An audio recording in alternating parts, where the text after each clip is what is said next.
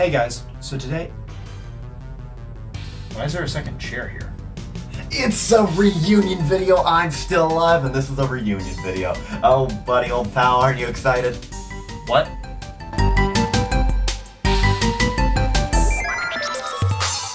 So today we're going to be doing a tier list of the John Flanagan book series, Brother Band Chronicles and Ranger's Apprentice, and the Royal Ranger and Early Years Offshoot series as well. It's a series that we both have enjoyed for several years, and it's very integral to our entire childhood, so I thought that I should sit down with Scott and finally rank them all. It's also like the 5th most viewed video on the channel, which kind of really has flown under the radar. It's like almost 1,000 right now, and it's just very random. Yeah. So, without further ado, let's get right into it. Starting from the first book that started off, Ruins of Gorlin. Yeah, this book, it's good. Again, I know this is disclaimer for the rest of the video. A lot of this is not going to make sense if you have not read the books. So if you haven't read these books, the video's probably not for you. Go read them. There's like, as you can see, 20 of them. If you haven't read the books, just pause the video right here, read the entire book series, and then come back and watch this. Yeah, very simple. Yes, you're going to come back like an old man being like, what is this YouTube thing? Okay, yes. But yeah, that was a long tangent. But Ruins of Gorlin, incredible book. It's the introduction to what is a great series and also has some really cool fantastical elements. Those fantastical elements, kind of for me, talking about the series overall, is a little bit what kind of sets me apart with this. Interesting. So I personally wouldn't put it in the S tier. I'd put it in about middle of A tier. Middle of A tier? Well, at the moment, it's the best one yet. Top of A tier. That is true, and we also haven't explained the tiers. We did say we were just doing it. We did. So, backtracking a little bit, S tier is just the best of the best. It represents the series as a whole perfectly. Absolute icons, yeah. Yeah, talking about the series as the royal we for all of these as one series. Yeah. A, it's overall a really good book. It comes pretty close to representing the series, and it's just above average in terms of storytelling and general quality. It's a good book. It's a very good book. B, middle of the road average. That doesn't mean it's bad, it's just not stellar like some of the other books that have that it factor. Very few of the books on this list are actually gonna be bad. Yeah. I think in discussions for this, I think my guess is only one book is gonna go into F tier, Yeah. but we'll get to that later on. So C tier are just the below average entries into these series. Ones that kind of miss the mark at a few like crucial things, or if a couple beats were changed, it would have been a lot better. They come close, but end up missing. And then F tier, I don't think many or multiple books in this series deserve F tier, but it's just that it misses on a lot of points. It doesn't really feel authentic to the series or the brand, and it's just kind of forgettable. Look at us extending watch time to the F tier. Yeah, high five. No. Alright, well, let's continue. So we've got Ruins of Gorlin in A tier. Burning Bridge, the second book in the Ranger's Apprentice series. I'll let you go first, but I think I know where I'm throwing this one. I think I'm putting this one above Ruins of Gorlin, still high A tier, because again, it's more the fantastical elements that are only really seen in these first two books, and then after that it kind of pivots more into just general medieval fantasy and not doing the like strong mind dominating weak minds and fantastical beasts like wargles and the Kalkara. It just is a very different feel, these first two books, than the rest of the series. I'll be honest, I don't really like this one. I haven't read it that many times, especially comparatively. I usually go Ruins of Gorlin and I skip straight typically to Battle for Scandia unless I'm doing a full read of the series. Burning for Bridge for me, it's kind of, I would say Burning Bridge, both start with B. I'm want to throw it in B tier. I think it's kind of, I think as a sequel goes, it's sort of forgettable. It continues along with the main story, but the main allure of the first book was the title, Ranger's Apprentice, right? And we do not see Halt and Will together for basically the entire book, and that continues on into the entirety of the next book. But I think we don't see them, and while we do get introduced to Gillen, we don't see it. I think I'll put it on low A tier then to compromise. Fair enough. Yeah, this list is sort of an amalgamation of both of our thoughts on this. So if we were to individually do lists, they would probably look a little bit different. But this is the Brothers Murphy official tier list. All right. Well, but my choices are a bit better. Well, who has more views on the channel, Nate? I would say my views are better. TJ, Sean, Rad, everyone else. You agree with me, right? So Yeah, I know. Okay. Icebound Land, that's the next one. That's where it really starts to get into the typical feel of the series, where there's some fairly dark moments in this book specifically compared to some of the other ones going at like the castle Depardieu. The castle is Chateau Montsombre, but Depardieu is the knight who I thought until maybe a year ago his name was Deparniux. And he's basically a knight that captures two of our main characters, Halt and Horace. It gets kind of dark. I don't want to obviously go into details, but that's like the only time in the series where I would feel like I don't want to go into details. I'll be honest. A couple other times. But this one, as far as it goes, it's kind of disturbing. And I'm gonna be honest. My least favorite book out of the original Ranger's Apprentice. Halt and Will do not interact with the entirety of the book. That's a big point for you. It really is. I love Halt, and it's cool to see him building up on his relationship with Horace. But I think that this book is better as a part of the series. It is a terrible standalone book. You're not going to get a lot of stuff with it. True.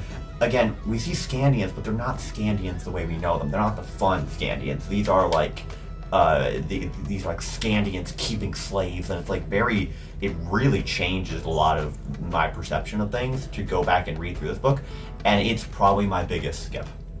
So I'm a C tier. Going to those points, I feel like that's what makes it such a strong entry in the series overall. Once again, not a good standalone book, but it is a very pivotal moment because this is the book where things change from very fantastical and unknown and mythical to a much more grounded, serious, and sometimes very dark interpretation. I'd be happy with a B tier in this because this kind of sets get in there. Tones, especially with a lot of the humor, balancing it out where you see these interactions between Horace and Halt. There's a lot of pretty funny moments spaced in between all the dark stuff. Exactly. And the next book, we've kind of rambled on a lot of these books. However, we have. I don't think this next one needs any explanation. I think, let's say it together on 3. 1, 2, 3, D F. tier. There's not even a D tier on here. No, exactly. we're kidding. This is... first of probably many S tiers in the series. This is where a lot of major characters are introduced and seen at their best, or the start of their best. Absolutely, yeah. And this is where things feel a little more positive, because this is coming right after Icebound Land and is a direct carry into it. So you see, like you mentioned, slavery.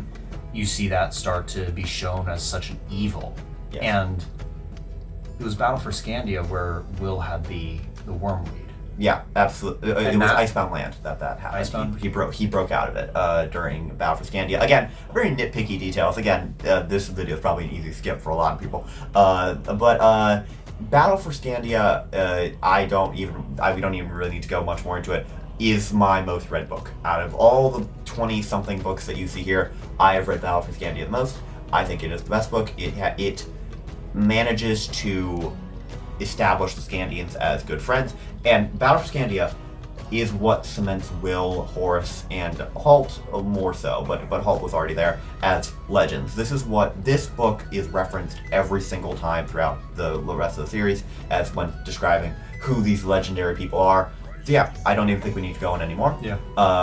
Sorcerer of the North is our 5th book on here, and this is... I'd be probably putting this one in high A or low S tier. High A for me. I don't think it's S tier, especially given what follows. But this is true. This book's a turning point in the series because it is... Now, there's a backtrack to that turning point later on, but this book is Will's first time as a full ranger, no longer the Ranger's Apprentice. The book title really doesn't work for a lot of these books, but It's Will's first time on his own as a full-on ranger, and I think it's definitely the turning point in the series where we go from the kind of cabin in the trees sort of interactions with Halt and Horse of the first few books, or I guess really just the first book, but going from that on to Will as a fully fledged ranger.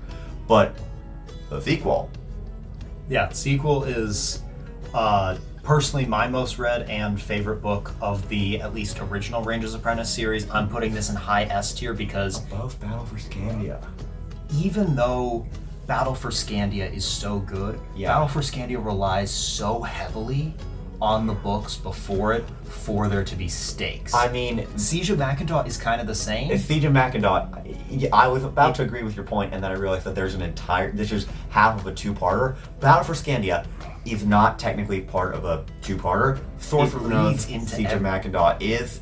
Siege of Mackinac is really good at setting it up. Reading it as a standalone book, it sets up everything. You don't really need too much of reading of The Sorcerer of the North to enjoy Battle for Scandia. It sets up all the characters. Absolutely. It doesn't reintroduce them too heavily so you get bored if you're a fan of it. But jumping in, I feel like this is one of the books that you absolutely can jump into and enjoy it, because it is a full story in of itself, because there is so much referencing of the previous book where it's just like you're getting exposition from a standalone book. Counterpoint, no Halt. This book has Halt in like a couple of, not flashback scenes, but Halt is barely in this one. I would say actually the least out of any of the books. He's in Sorcerer North at the start of it, but Halt is not really in this book. I feel like that's kind of the point, because this is showing him as his own self. I think that's kind of a deal breaker for me. However, I really like Siege of Mackinac, so for the sake of this list and moving on, I will let that be above. Eric's Ransom. So we debated for a long time about how to pronounce Eric, and It's Eric. So we've ended up coming to a bit of a consensus on this, which is not in the sense that we haven't at all, which is I now pronounce it Eric, unfortunately like the YouTuber, but I say it like that because I think that's how it's meant to be pronounced. When I read these books in my head, I called him Iraq, which is sort of how I read it. Eric, probably how it's meant to be pronounced, but anyway, we can't talk anymore about the title. Eric's Ransom is an interesting book because it is a result of an email the author of these books, John Flanagan, got from a fan saying we sort of missed a point in Will's life. So Will, during this book, is back to being just an apprentice, but it's very interesting because it's in a completely new environment, and I can see you starting to move it. I'm putting this in about middle of A tier, above the first two, because first two also, by this point, have a bit of an outdated feel, where it's not the same type of humor that you're used to that is fairly prevalent in Eric's Ransom, and it doesn't really feel like even the same setting anymore. It doesn't, and I'm going to I want to bump it down a tier. Above Icebound Land, but I want to bump it down a tier, because I think that this book it's good, but it's also I don't think it's as iconic in terms of how much I've read, how much I've enjoyed it, and I've deferred to you on all your personal opinion. That is true, but I've deferred to you on a lot of these things, and I think the problem with Eric's Ransom for me is it is a completely entirely new environment, and I think it's a bit boring. I think it does have a couple lulls. I think it's got the lulls, and if I'm looking at these other books, they move quickly. The things happen. There's a lot of time where we're just kind of walking through the desert. If you ask me to pinpoint things in this book, it'd be a little bit more difficult, and I don't think it measures up to the other stuff in A tier. I think it's an average range of Apprentice book. I don't think it's a very good one. If we're talking about how many lulls in it there are, I'd have to put it below Icebound Land, because Icebound Land at least Icebound Land moves quick though. I'm okay with that. And it's Icebound Land just hits a little bit. You have convinced me. Next one. All right. Well, moving on Kings to of Clonmel. Book 8. Yeah. Kings of Clonmel is good. It introduced me to the concept of a Mason chain, which is really cool. That's your leading point? That's what you want to go with? Yeah. Okay. Yeah. I'm taking over now. Okay. So, Kings of Clonmel is a really good first entry in the two-part story here, and it sets up a lot of personal drama between Halt and his past, and it's something that you didn't really think to consider, even though this is the 8th entry in a very popular book series, although it's still very underrated. I think this is, I'll say it, I think that this, out of everything, with the possible exception of the early years, out of everything, I think this is the strongest two-parter. Because it is the juggernaut of Will Halt Horse. It's the big three who we haven't, this is our first time, not seeing them together, but and it focuses heavily on them, not really anyone else. Mm-hmm. Obviously, I like everyone else. I like Alice. I like Evan Lynn. I think everyone else is great. But for this one, really diving into those three is I think I would go as far. I think I know where I'm putting this one. I think this is S. I think it's lowest of S so far. I don't think it's better than. I don't think it's better than any of the other two as a standalone book. However, I think that this is an S tier. We are rating it up on the entire series, though, and that's true. Given what it sets up, what it leads into, I don't think if we're looking at every single book so far, I don't think it's number 2. I don't think if we're ranking overall, no, but so far I'd say it's number 2. So far, but I don't think it's number 2. I think Battle for Scandia is a better book because we do see this is for the first time Will Halt Horse full from the get-go. However, it is not our first time seeing them together, and we see them together in Battle for Scandia, plus Evanlyn, plus a ton of Scandians, plus a huge looming threat. Now, of course, there's a looming threat in this one too, but I really think Battle for Scandia is better. I can't say. I think Kings of Clonmel should be below. Put simply. I also have just realized that I was looking at you for the entirety of last segment. I did not look at the camera basically once. Oh no. Okay. Let's change it. Okay. But if you want to put it second, I'll accept that. Halt's Peril is top of S. I put it top of S. I put it here. I put it in S. Well, it's a really good conclusion to a good two-parter. There's so much stake in this one. Lulls. There are lulls. They're all lulls. But it still is enjoyable. That's true. There's lulls in the worry. This isn't like lulls in Eric's Ransom. Because, let me explain. Yeah. The lulls here is what cause you to have that deep-seated worry for Halt. Yeah. As the name suggests, Halt's Peril. This is where there's stakes. More so than I felt in a lot of the series, where it was dangerous for main characters. It was a feeling like they weren't safe, and it was just from people set up in this two-parter. I'll throw you a compromise: swap Kings of Clonmel and Halt's Peril. I'll give you a compromise there. I think Kings of Clonmel is a better overall book. I think that as a two-parter, Halt's Peril gets more intense, gets a little bit lolly, and the ending isn't great. The ending in Halt's Peril, it's good, it's just not an incredible ending. Again, if you not as satisfying as the one in Siege of Macadam. Yes. The next book up here, number 10, is the finale. It's the finale of Ranger's Apprentice, effectively, because the next ones are a time skip and just a kind of random story. I am going to go back on what I said earlier. I think Emperor of Nihon Jaw, best book in the series. It's a good standalone. It's everyone. It's everyone. It's got good dynamics. It's everyone. I don't think, and also it wraps up a lot of the stories. It's the perfect finale. But it's the perfect finale without feeling like a finale. And when I think of this one, I'm shocked it's not 2 parts. Like I'm looking, we actually have all the books over here on. It is a fairly large book. Nate shelf. It's a larger book, but it feels like 2-part, and it gets it all done without having basically any lulls. The story moves so fast. It's all the fun. I think we throw it top of S. Best book so far. Do you want to know why? Why? What do you think? Because it implements so many. Hold on. Here we go.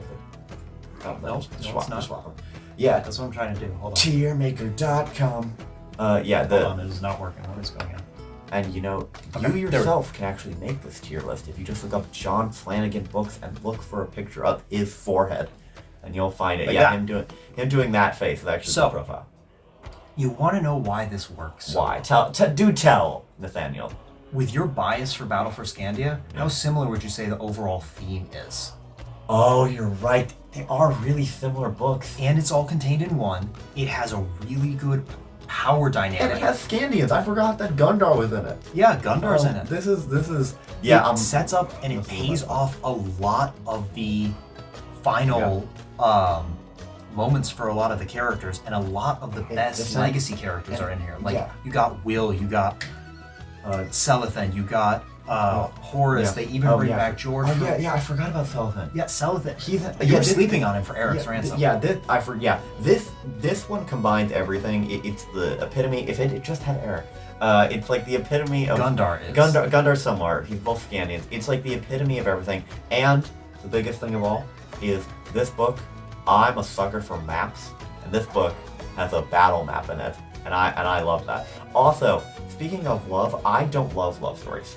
Generally in books. However, I like the ones in Ranger's Apprentice, and this one book contains both Horus proposing to Evelyn as well as Will essentially doing the same thing with Alice. And yes, it also has Alice and Evelyn. It does, yes, their entire relationship being repaired. Oh, and they have that awesome arc where they defeat the Snow Leopard. This is an S tier book. I've never sort of realized. You have like a familial love as well between Horus and Will, and then a mirror between Evelyn and Alice. I've always sort of thought of and then also, my favorite, but I think Emperor of Nihon Ja is my favorite book. His I'm, fatherhood with Horus. I'm not gonna attempt that pronunciation, but all the Nihon John characters are crazy. Also, just like so many the fights are amazing. It's got a great villain. It's got a heartfelt death in it.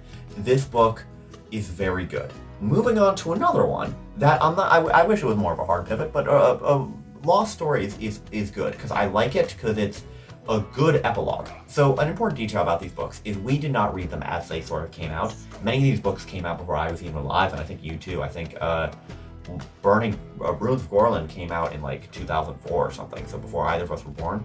But it's fact check us if we're wrong. Yes, exactly, because people have definitely watched until this point in the video. Yeah, for sure. But the like a lot of if the you books, have, thank you. Yes, absolutely. Leave a comment, leave your timestamp down below. Oh gosh, what would be a reunion without an iconic YouTube reference? You remember the hashtag dab? I'm not going to do it again.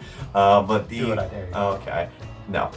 Then the other one, the other thing about this is we've now started to be reading the books as they release, but that's only the past few years.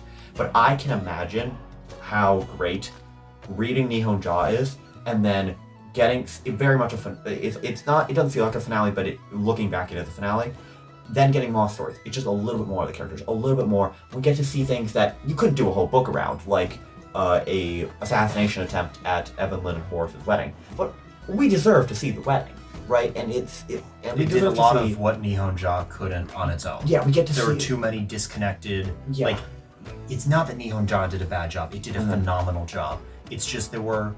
It's such a far-reaching and expansive story that spans an entire world, or at least 2 continents, and it just ties up basically everything else in Lost Stories. And on that topic of continents, it does a time jump of several centuries to establish it does establish something that made me think for a moment that the Ranger's Apprentice books were real, because at the beginning there's a prologue where it's like, I found something, this treasure chest of books, and it's like describing it as though it's real, and it always confused me a little bit and made me think that maybe these were real. They're not. Do you understand what the word fiction means? Yeah, but it was kind of a step back. It was like fiction inception, but but something like that's really cool is we get to see Will's father. We get to see a solo mission with Will and Alice. We get to see another one with Holt and Will, which I think is so important to see them back at it again. We get to see Jenny. Like, we haven't seen Jenny since the first books. It's really good. However, I'm gonna have to throw up B tier. I really like it. I know I've just been gushing about it, but it's not a full book. Like, I can't. That's the entire point. I'm putting it middle of A tier. There are so many good stories. I love the stories. It's very good. And doing a bit of a pivot, there are 2 things that it does really well. Yeah. You talked about expanding forward a couple final things. Yes. It also ties up or introduces 2 major plot points from decades ago. It does, yeah. It sets up how Holt knew about Will since he was a baby. And it also sets up the storyline for the next 2 books that introduced why Ruins of Gorlin happened the way that it did. Yeah, absolutely. So moving to that, the first book in the 2-part series, The Early Years, The Tournament of Gorlin. Well, we gotta do Royal Ranger first. I think Lost Stories was a better segue into this. I think Lost Stories and Royal Ranger is its own series. That's true. The Hibernian. So there. All right. So we're gonna go out of our scheduled order a little bit because there is in Ruins of Gorlin, not Ruins of Gorlin, in Lost Stories, there's a prologue story that leads into these 2 early years books. I can see Nate just threw it into S tier. We have it up on a second monitor if you can tell. I feel like that fits perfectly. Yeah, Ruins of a Tournament at Gorlin is a book unlike any other in the series, and I don't know if we need to. I'm a sucker once again for a traveling, getting the band back together, even though we never knew the original band. Getting to see all these like OG Rangers. It introduces them like you would know who they are a lot more than they do. It introduces them like utter legends. Like these guys, this is a motley crew, but they are a very skilled motley crew. It introduces us to, it's such an interesting perspective. It explains a bit of the power scaling because we're so used to just Rangers doing Yeah. their normal, essentially, powers. Yeah. Now it shows a bit more context about like just how skilled they are when they're attempted to be replaced and how much that affects the entire kingdom. Yes. All right. Next up, Hackham Heath. And I put this top of A. Yeah, top of A works because it's not. It's a legendary. We'll start with, it's a legendary battle, especially early on. It's alluded to very well as like this is an amazing battle. Yeah, I think Hackham Heath introduces a couple key characters. Yeah, it works. It just doesn't like hit the same way that a couple of the ones in S it's not do. quite as good, but I really like it. And the fact, again, something I think that's really impressive about Ranger's Apprentice is a lot of books, especially big successful ones. Lightning in a Bottle is their first book. But you'll notice the original book is only, 10th so far? So this series' quality is so impressive. It's so impressive what this series does. And it's the later ones that are ranked higher. Absolutely. Next up, I'm just sort of throwing off. We'll do Brother. Do you want to do Brother Man first, or do you want to? Because this is actually. Let's continue the Royal Ranger. Yeah, let's start. So, sort of for context. Even though I'm giving context on this, even though I didn't give out anything else. There's 4 series in Ranger's Apprentice. There's the original Ranger's Apprentice, which you've already gone through. It's Early Years, which is a prequel to that. There's Royal Ranger, which is follows the future, and then there's Brother Band, an entirely different. Well, same world, but an accompaniment series. Royal Ranger, it's got such a sad opening. It's so sad to have been like, oh yeah, Lost Stories, because I didn't realize that there was a time skip, and it being like, Lost Stories, yeah, let's go. And then Lost Stories happen, and it's like, yeah, then that's the last time we see. The last book in Lost Stories is Alice and Will getting married. And then it's over. And then that's all we see for about, 15 years? Yeah, 15 years. 15 years, exactly. Same time skip, actually, as I think a lot of books. And then a lot of the beloved characters are dead. A lot of them are much older. And it's like, I didn't expect to have to see that in a book, because TV shows all the time, right? Actors get older, but they can be as old as John Flanagan wants them to be. Royal Ranger, the opening is so sad, but necessary, but B tier. Top B. No, this is going above first 2. This is A tier. It sets. Don't think it's better than Ruins of Gorlin. I don't think it's better than Ruins of Gorlin. I'll accept Burning Bridge. I'm not letting you put it above Ruins of Gorlin. I don't. Here's think, why. I'm not. They're I'll let you both justify. openings to a series. They are. Ruins of Gorlin does open everything, but it's once again it's such like a different feel at its core than everything else. Royal Ranger takes the feel that you were used to for this entire first series, and it takes a lot of what you thought you knew and you thought was so secure, and it stabs it in the back. It is. And then it runs with that. Correct me if I'm wrong, but it is the only main character death, right?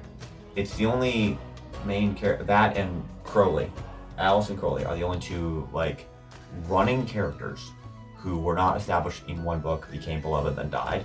They're the only ones. Yeah. I do not.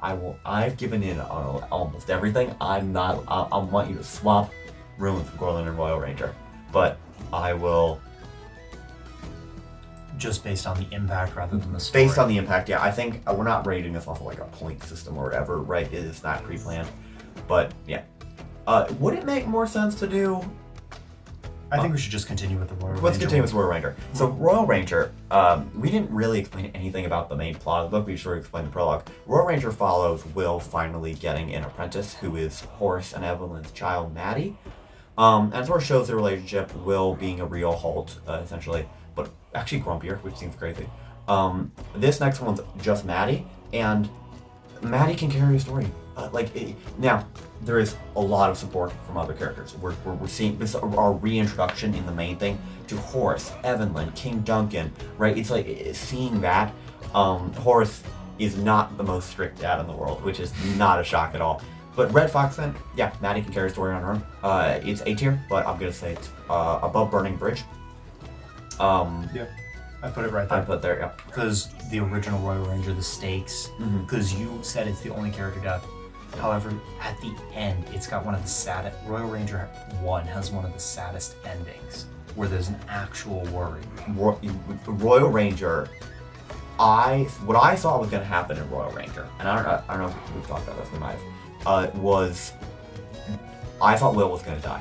I thought Royal Ranger was going to be Will came full circle, and then Maddie is a new person, and I thought Will was going to die. The Royal Ranger broke every rule, and I was like, stuff I'd been so secure in is no longer there. Which is why Royal Ranger is above it, but I think Red Fox Clan, it's more of a, it's fun, it's more, it's good. It's a good book, and it's another two-parter, like much of Royal Ranger, which leads us on to our next one, which I don't think is as good, Duel at Heirloom. Duel at Heirloom is, you're putting it bottom so far. So far, I yeah, would argue. This is where I agree. I think it's the weakest book so far. It's not bad. Again, this is sort of showing our tiers. The original ones were just so good. They were just so iconic and legendary.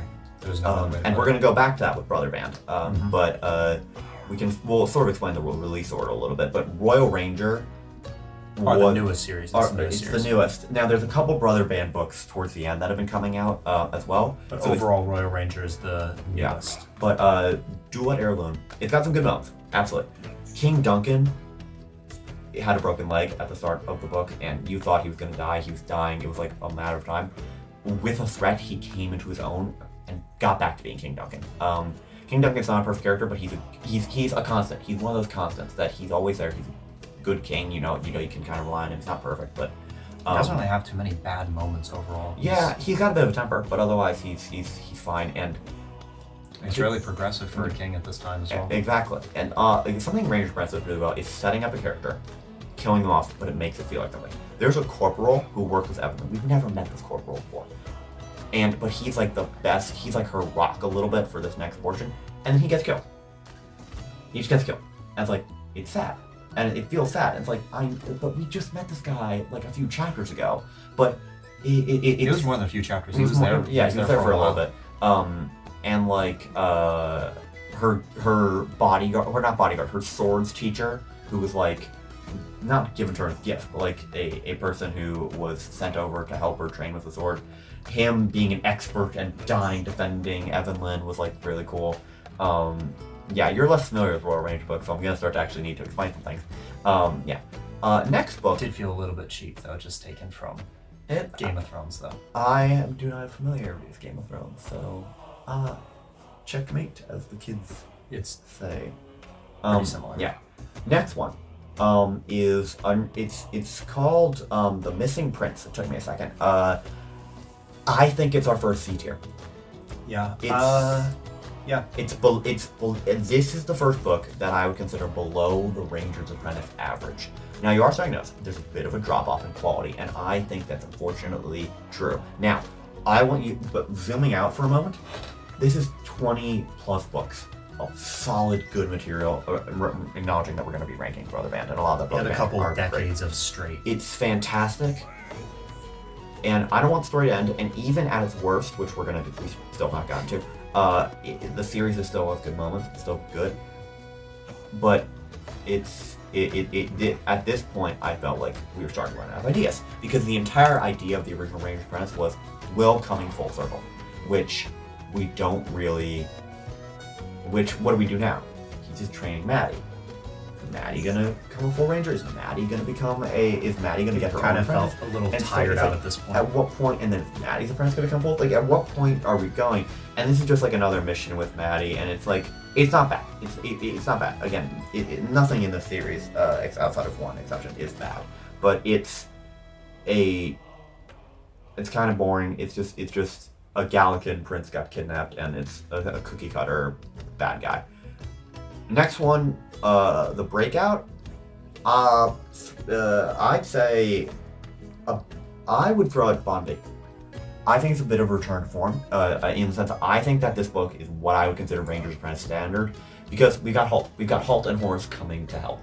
We have a lot better stuff. It ended on a cliffhanger of them getting captured, but it took the Mystic Prince one. But now Escape from Filet. It's you didn't remember the name. No. It was like them escaping, and then it kicked into high gear. I'm gonna be honest. I don't remember a ton that happened other than they were in prison for a bit and then they got rescued, which is why, again, it's bottom of B. However, I think it's about average. I think you look like you're itching to put it in C. The dynamic of it, though, shows that with this trend going forward, this can't really survive or hit on the same level, even close to the original one, because the fact that you put it in B, and the fact that I'm agreeing with it staying in a low B, is simply because of how much of the old dynamic there was. Yeah. And it wasn't really like Maddie could carry one story. Yeah, and again, Maddie's story, it's an A. It's a good story. Yeah, I but think that's currently the high point, and it's bottom of A. It is. And again, I want to just acknowledge for a moment, we're being negative right now, but look at how top heavy this tier list is. It is. And it's just going to get more top heavy later. It will, yeah, but unfortunately we have to add a bit of more of a bottom to it now, but it's a very top heavy tier list. Now, part of that might be where nicer, but it's a very good theory. All right, so now we have the first F tier. This is the worst book in the series. Frankly.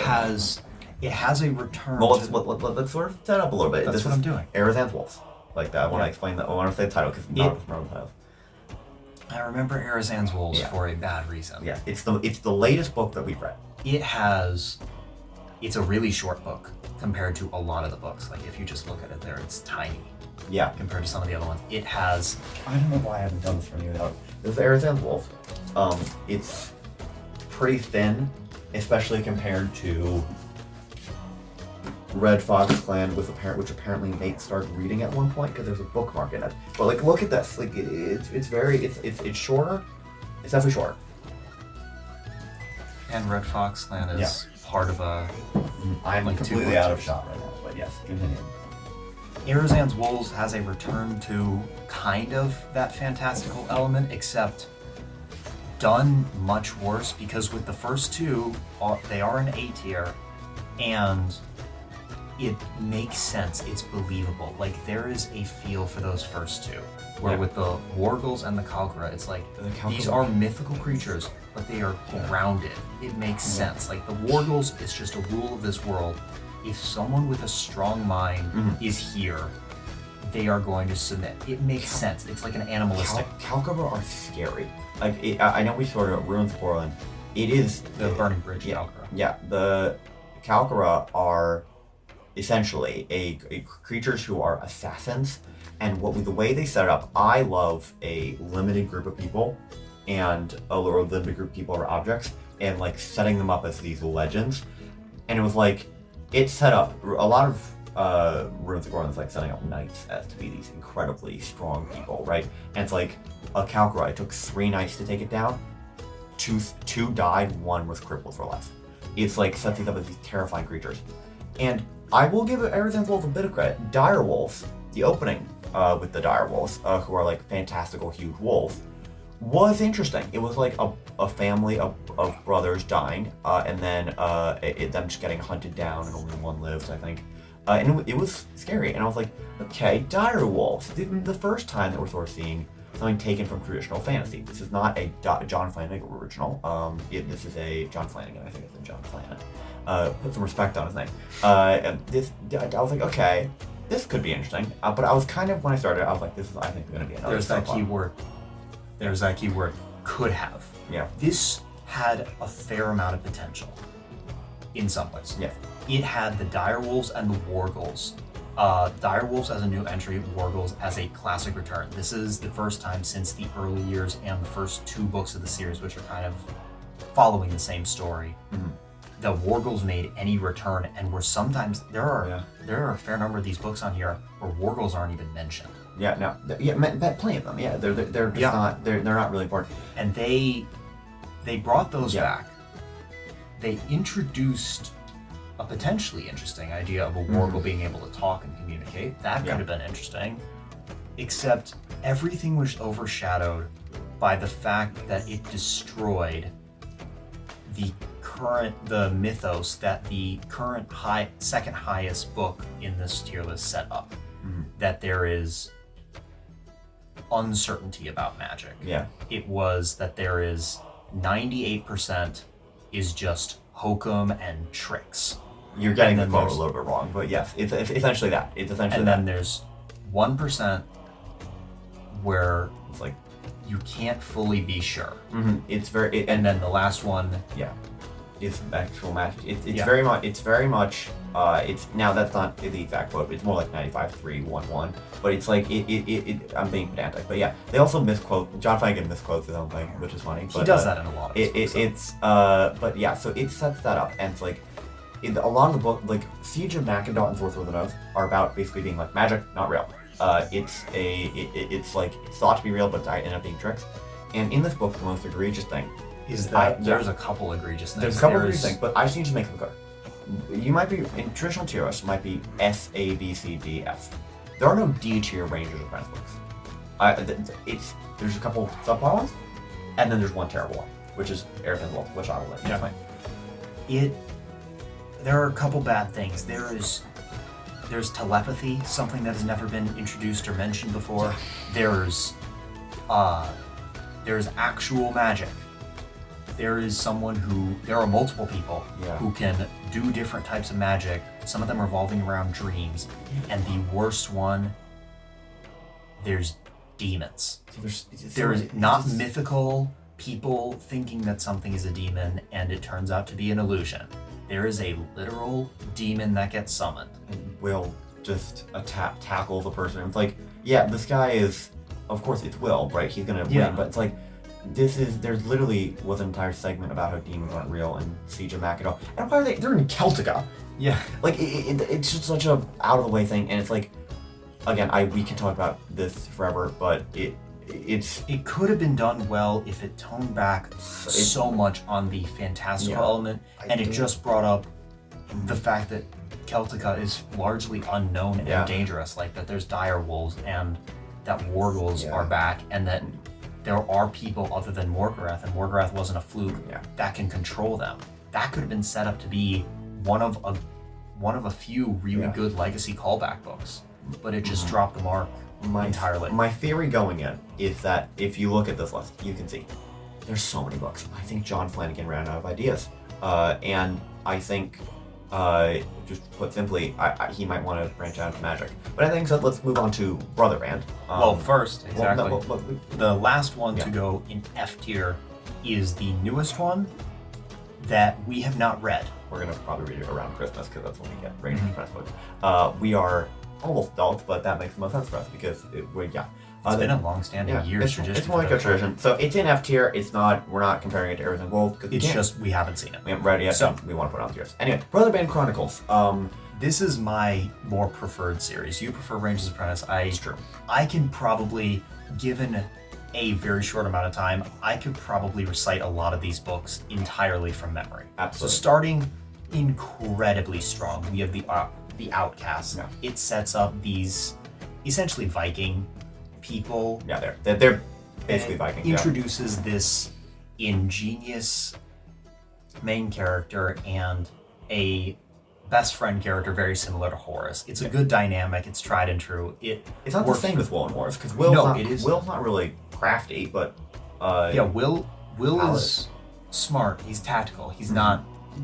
He's not an inventor. There's definitely a Ranger's Apprentice formula that we see here, like Thorn, pretty similar to Halt, but Thorn's sillier. Like there's Thorn's sillier. Thorn is also notably more dangerous. Absolutely. Well, that's to be argued, obviously, but it Mactig. Yeah, absolutely. Yes, he's the strongest warrior in Scandia's history, but it very much is. And he can catch quarrels. He could catch a quarrel. That's true. Will caught an arrow, something that goes slower. That's true. Thorn caught a quarrel, and he knew he could catch it. That's true. Will tried it, and he didn't even realize. This could be a whole other video, us debating this, but Thorn is probably one of the most dangerous people in this world because he also I agree. We don't need to spend. He doesn't have an augmented training in clothes. That's true. He just moves with superhuman speed, and it's not explained. I think this is a better opening than Ruins of Gorlin. So this one, unlike Ruins of Gorlin, it's very interesting. This one does not follow a clear evil coming in. This one revolves around a competition, which once again I'm a sucker for, between the brother band that we follow and a couple of others who are like they're the underdogs very much so, and then building this like cool ship and stuff. So there's not like a true villain essentially. There is. The villain is more the competition rather than anything. Just Turskid, of course, or however you pronounce his name. Turskid. Yeah, there's definitely a villain, but he's like a more of a bully style character.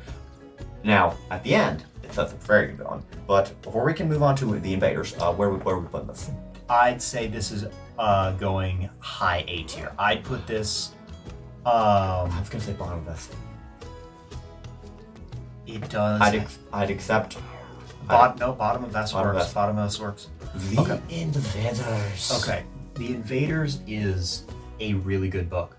This is a book. It's a very thick book. Do you want to get it? Like, to compare it to a lot of the Ranger's Apprentice books, the Brother Band books are a lot longer. I'll pick Sorcerer of the North or Battle for Scandia actually, because I like that one. Battle for Scandia. I don't know how this is going to play on camera, but it feels like nearly double the size. It's a big book, yeah.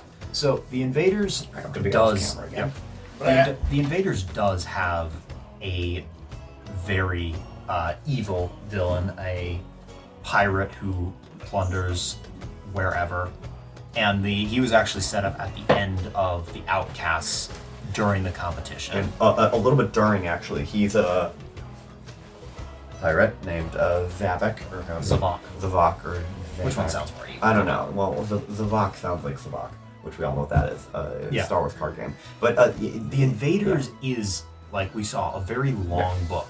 And it's a book where I believe it has the most potential for huge lulls. And during the parts where it seems like there could be lulls... It's fast. Yeah, it moves fast. I can get through a Brother Band book so much quicker than a random Ranger's Apprentice book. I don't know, there's something about the pacing where even though they're on the ship or they're in the cove for so long, everything they do means something. There's rarely filler. Something is always productive that ends up being paid off or is seen the reward of in the moment. Yeah. This is very off topic, but I just heard your computer's fan start kicking on super loudly. It sounds like it's about to blast off in 5 minutes. At this point, the audio quality of this video really is probably going to take a dive, but who's watching at this point? This is mostly for us. I put this high A. I was going to say high A too. This next one, I'd say above Hackamith because it just has... I'd agree. I was going to say top A.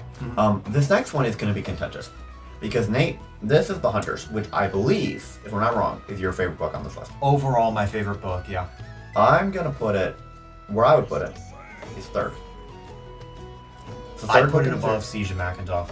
I will accept that. This book is the finale to the Invaders, a little bit Outcast. No, it sets up full Outcast. Zavok is a pirate, and you see him actually once again really dark. It's like a dark torture sequence where he kills people as a pirate looking for information on the Andalmon, which you actually see in the cover of the book. I keep gesturing to this like viewers are not going to see it in a completely different way. But yeah, it's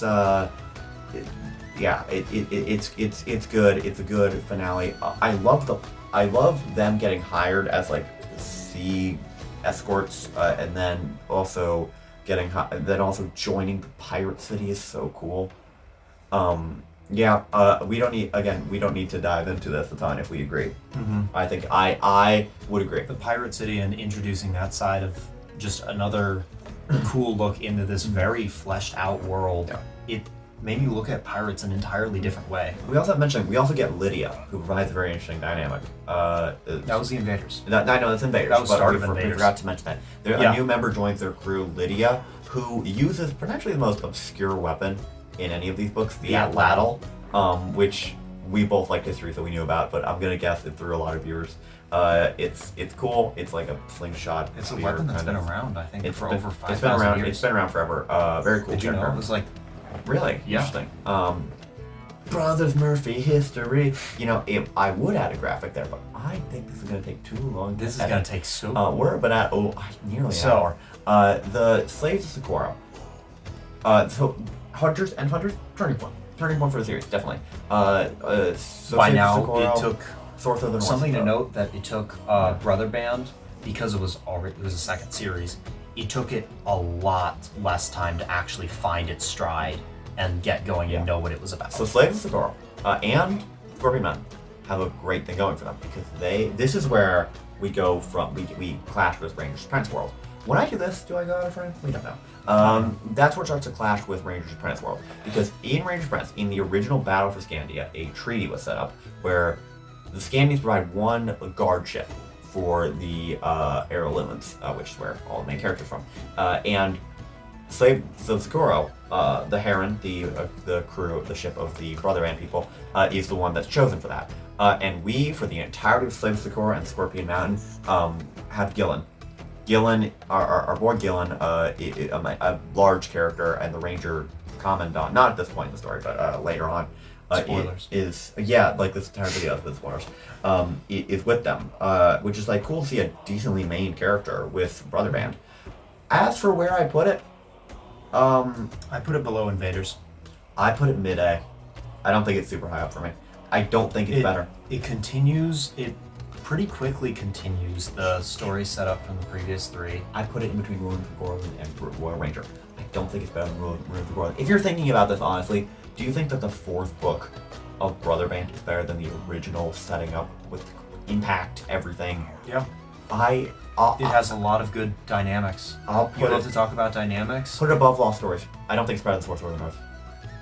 I think it is. It does a lot. Again, it's given. I can't budge on this one. I think I can't accept it being up that high. I don't think that's good. There's so many dynamics that it develops. It's not better than Hack and Heath. It's not better than Sorcerer of the North. It's not. It sets a lot of I'll put it dynamics. In between those two. I think it's above Sorcerer of the North. All right, I will accept that. I've read Sorcerer of the North a lot more than you, and it gets boring. There's some lulls. There's some lulls, but it feels better than something like Eric's Ransom. That's all right. And it's set in the same country as well. Mm-hmm. It does. The lulls in the moment feel like lulls, but then later on, I guess they pay off. All right, there's a lot of stuff that fair. With the Slaves of Socorro, it paints the monotony. Yeah. All right, Scorpion Mountain. I think this is low A. I was gonna say put it because there are lulls in here. Right above Burning Bridge. Yeah, I was gonna put it below Red Fox then. There are a lot of really big... Scorpion Mountain's got a lot of walls. It's what is going on? Not incredibly memorable. Yeah. It got some memorable moments, but for how big it is, like all the other Brother Band books, it's got a lot of lulls. Next one, Ghost Faces. Ghost Faces was really good. Ghost Faces is very good. I'd say mid A. I think Ghost Faces might be my favorite. I love Ghost Faces. I don't think it's better than Outcast. I would put it personally above Invaders. No, I'd put it above Hackham Heath.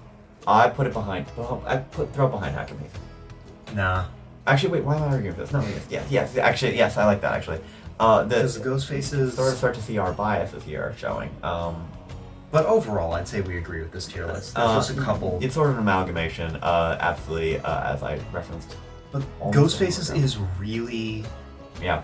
It's It's got like an unexplainable different feel to it. It does. It's entirely different. It's literally, they literally go across the world, across the. It's a pretty obvious change of the name of the Narragansett Native American tribe to the Mawagansett. Yeah, I got that too. Did you just now realize that? I just now realized it in the sense that you said that I was not familiar with either of these tribes, and I do not remember a lot of the stuff about Brother Band because Nate read this a lot more. All right, this marks another. Yeah. There were also a lot of stakes. Like there were stakes. It wasn't good stake. Yeah. It wasn't a main character necessarily, but it was a point where there was a genuine belief that this was the end for Stig's journey with the Brother Band. Yeah, I think. I agree. I think it added a lot of stakes. Now I'd call Ghostface's the second turning point in Brother Band because we got 3 books left on our list, and these are the latest books. Now Stern Chase is the second latest book in the entire series, which is number 3. Let's start with the Caldera because this is book 7 of Brother Band, and now you'll notice this is starting to approach the same length as original Ranger Apprentice, which I think the next Brother Band book might be the finale of Brother Band as a whole. And I think that we are going to have, I'm hoping for it, a team up between Will and Hal later on, which I think might happen. But Caldera, I throw Caldera. Caldera, personally, I'd say is top of B. No, it's definitely not B.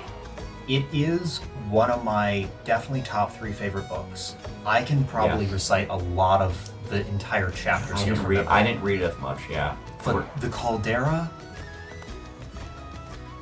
of the 3 of them, by far, the Caldera is the best book. I know, yeah, I agree. The Caldera... Stig's dad. Yeah, it's got that. That's got a pretty big thing. And Stig's dad has been something that it's not like a forgettable moment where it's like, oh, I have a dad who left. This is something that has been a defining part of his character the entire time. Yeah, but his name's Olaf. Like it is Olaf. Like but the snowman. Even still though, there's something with him. Like he's got this quality. You hate him. You hate him, but he's not the worst guy. You hate him, but you have to respect him. You have to respect the and this true is a guy to a gambling addiction when there weren't casinos. This is a gambling addict who abandoned his family and all of his friends. It's sad. It's a heavy concept. But you have to respect him. But where do you put it? I'd put it above Royal Ranger.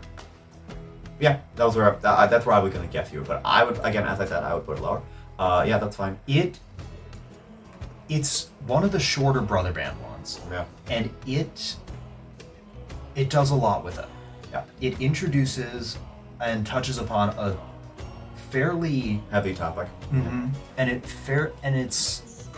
does a good amount of callbacks, but it's not fan service. I would agree.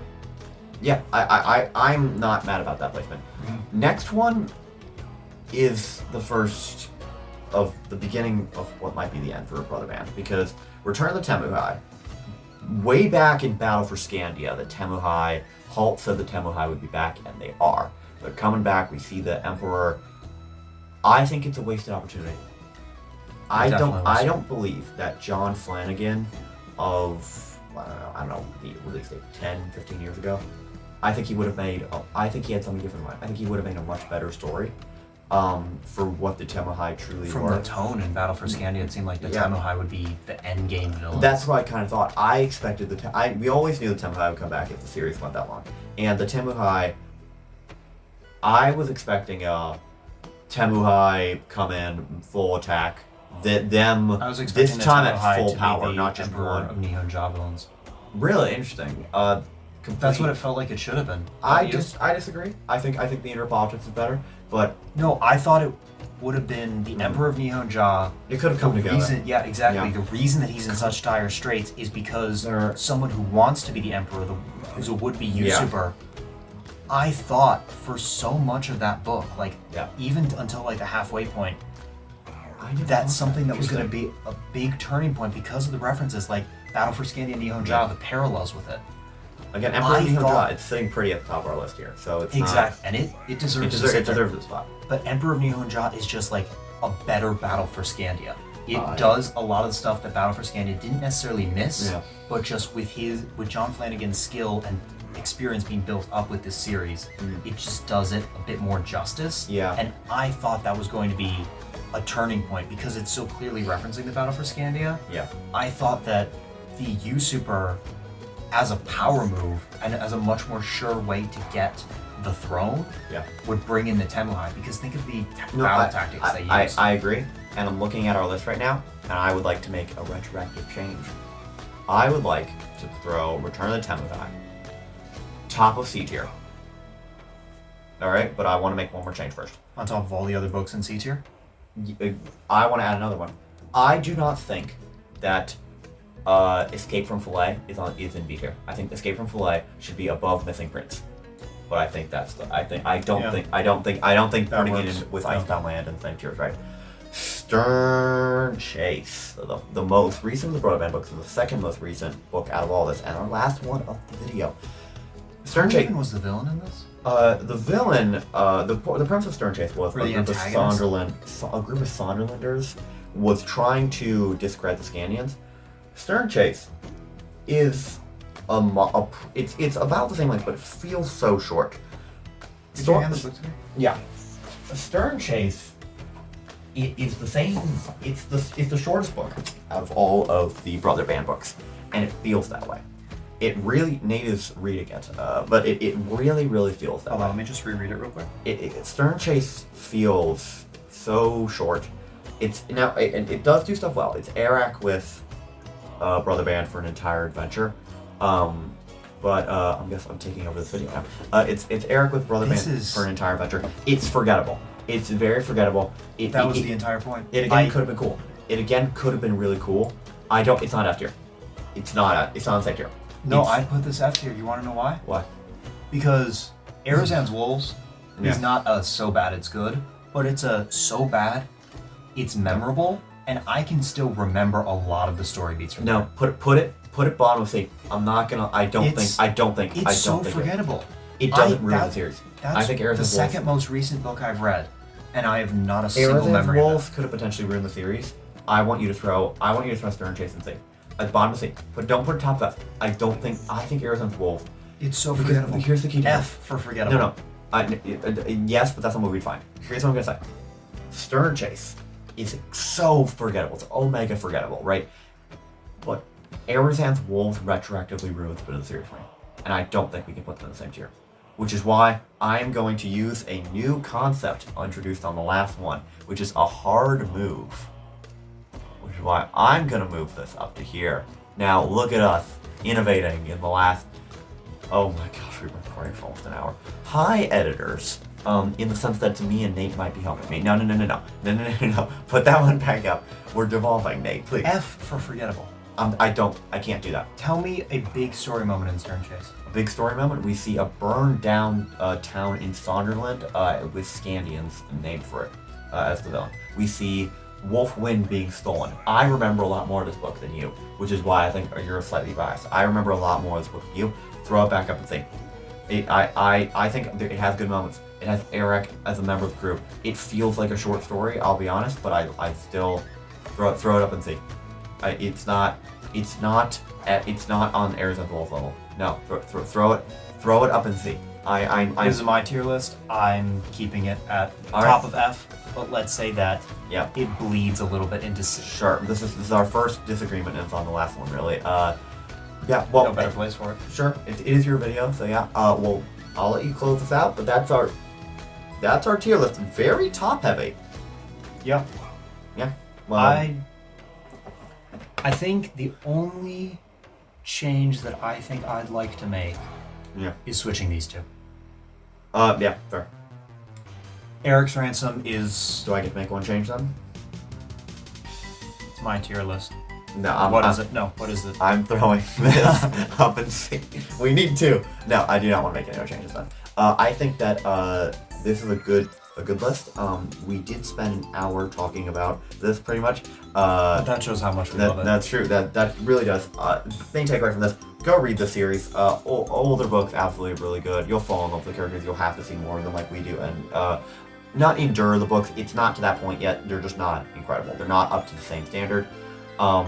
If you want to Yeah. get a high off of reading this and then coast on that, Yeah. start with Range's Apprentice and start with Brother Band and Early Years. Then Royal Range is a drop-off. Yeah, Royal Range is a bit of a drop off, but I still like it. It's still showing more of the characters that you love so much. Read the originals at least. Let us know if you want us to do this again with other books. This is going to be the longest video on the channel, I think. Probably might be over an hour depending on this. Yeah, I don't think a single person's going to see this end. No, not really. Well, people might skip to it. Yeah, but if you do see this end, hi, why are you still here? Just to suffer. Okay, I'll let you close out. That's... I mean, you talked a lot. I did. Well, we both talked a lot in fairness. But yeah. You talked a lot. This is a lot more top-heavy than I was expecting, I gotta say.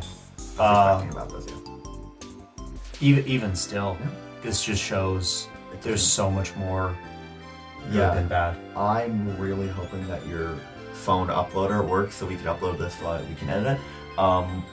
Well, I'll see all of you viewers on Thursday.